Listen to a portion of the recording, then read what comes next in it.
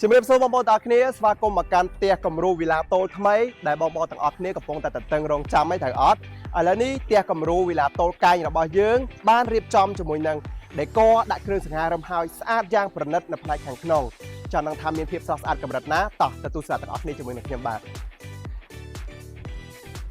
អូខេបងប្អូនទាំងអស់គ្នាវីឡាតូរបស់យើងគឺយើងមានទីធ្លាចំណតរថយន្តដែលបងប្អូនអាចចតនៅខាងក្រោមវេរដណ្ដាលនេះបានរហូតដល់2គ្រឿងធំតែម្ដងបាទគឺ space ទូលាយតែម្ដងហើយបាក់ដល់វេនខាងនេះដោយសារផ្ទះនេះគឺជាប្រភេទផ្ទះកែងសោដីយើងអាចរៀបចំសួនច្បារបានហើយនៅសោដីសម្រាប់បងប្អូនដាក់តុអង្គុយលេងបានទៀតណាពិសេសតែម្ដងហើយសម្រាប់ផ្ទះនេះគឺមានសួនច្បារធំនៅចំហៀងផ្ទះបងប្អូនអរគ្នាបាទសម្រាប់សួនធំនេះបងប្អូនអាចរៀបចំ design តាមការស្រឡាញ់បានតែបងប្អូនចាប់អារម្មណ៍ផ្ទះមួយនេះតែថាចាំបាច់រៀបចំឲ្យទេគឺអូសវ៉ាលីជុតនៅតែម្ដងបងប្អូនបាទសួនរៀបចំឲ្យស្អាតតែម្ដងបងប្អូនអរគ្នាបាទមានផ្កាមានរុក្ខជាតិមានដំណាំអាចហូបផ្លែបានមានតងសម្រាប់បងប្អូនដាក់អង្គុយលេងបានទៀតពិសេសតែម្ដងសម្រាប់ផ្ទះមួយនេះតោះឥឡូវនេះយើងទៅទស្សនាផ្នែកខាងក្នុងវិញម្ដងចង់នឹងថាវីឡាមួយនេះប្រណិតស្អាតកម្រិតណាបន្ទាប់ពីយើងដាក់គ្រឿងសង្ហារឹមហើយតោះ let's go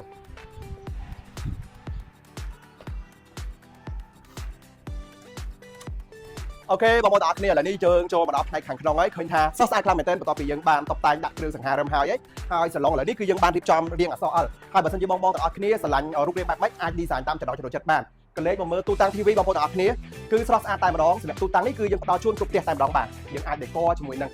ទូដាក់សម្ភារៈផ្សេងៗដាក់លម្អផ្កាទៅកាន់តែមានសោភ័ណភាពបន្ថែមទៀតឲ្យបងប្អូនទាំងអស់គ្នាបាទហើយមកកាច់នេះបងប្អូនអាចរៀបចំបែបនេះបានបងប្អូនទាំងអស់គ្នាបាទគឺមានភាពប្រណិតស្រស់ស្អាតតែម្ដងហើយនៅកន្លែងនេះវិ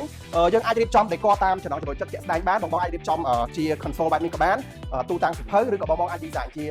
space mini bar ក៏បានដែរបងប្អូនទូតាំងស្អីក៏បានដែររៀបចំតាមការស្រឡាញ់បានហើយកន្លែងនេះគឺជា space សម្រាប់បងប្អូនទាំងអស់គ្នាដាក់តុទទួលទានអាហារខ្នាតចន្លោះពី6នាក់ឡើងទៅដល់8នាក់ឬ10នាក់ដោយសារ space នេះគឺធំមែនទែនហើយផ្ទះនេះពិសេសយើងមានកញ្ចក់នៅខាងក្រៅកន្លែងនេះយើងអាចធ្វើជា office ក៏បានដែរបងប្អូនទាំងអស់គ្នាបាទធំមែនទែនបាទមក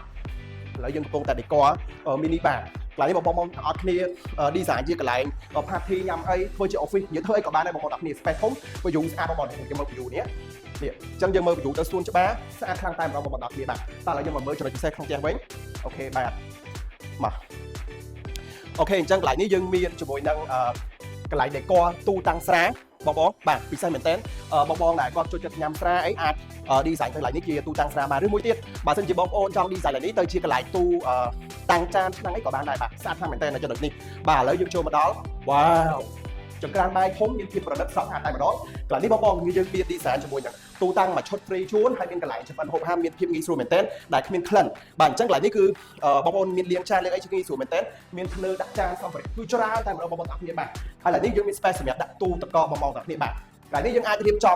ំដាក់ម៉ាស៊ីនបោកគូបានបងប្អូនទាំងអស់គ្នាបាទពិសេសមែនទែនហើយសល់ដីនេះយើងអាចដាក់តុអង្គុយនៅខាងក្រៅនិយាយទៅផ្នែកបរិវេណខាងក្រៅផ្ទះបងអាច design decor តាមចំណង់ចំណូលចិត្តបានហើយក្នុងផ្ទះនេះទាំងមូលយើងមានបន្ទប់គេងមួយនៅខាងក្រោមមកឥឡូវយើងមកមើលទាំងអស់គ្នាអូខេសម្រាប់បន្ទប់គេងនៅខាងក្រោមនេះបងអាចរៀបចំជា office ក៏បានអាចរៀបចំសម្រាប់ប៉ាម៉ាក់ក៏បានឬក៏រៀបចំសម្រាប់ទទួលភ្ញៀវម្ដងម្កាលក៏បានដែរអូខេតោះមកទស្សនាទាំងអស់គ្នា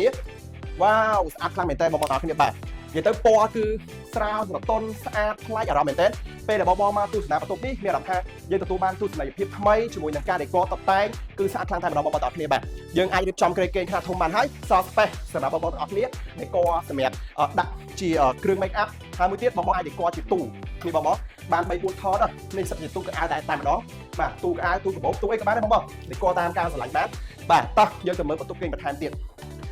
ហើយនៅខាងក្រោមនេះបងប្អូនអាច decor ដាក់ទូសម្ភារៈដាក់អត់សូវចាំបាច់ដូចជាម៉ាស៊ីន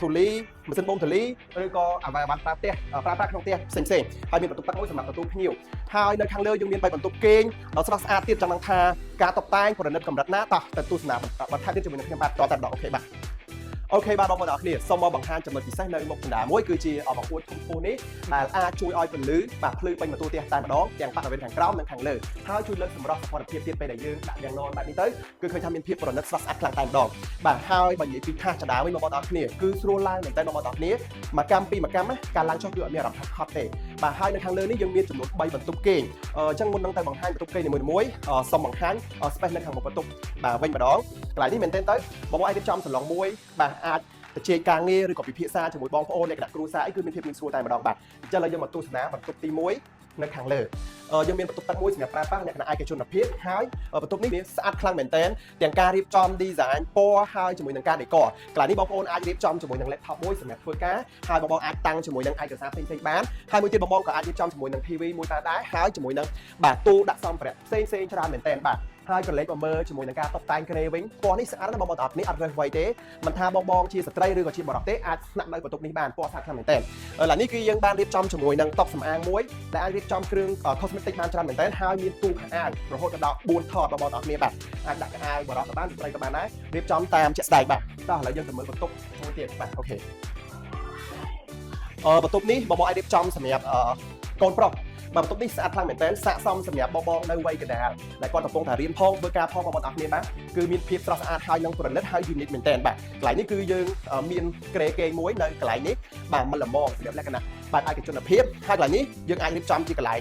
តុធ្វើការបានបងប្អូនអរគ្នាបាទហើយនៅជាប់ហ្នឹងគឺយើងមានរៀបចំជាមួយនឹងបាទដេកទូខោអាវហើយខាងក្រោមនេះថតនេះយើងអាចដាក់អីក៏បានដែរស្បែកជើងអីក៏បានដែរអូខេបាទហើយកន្លែងនេះគឺយើងមានតុមួយ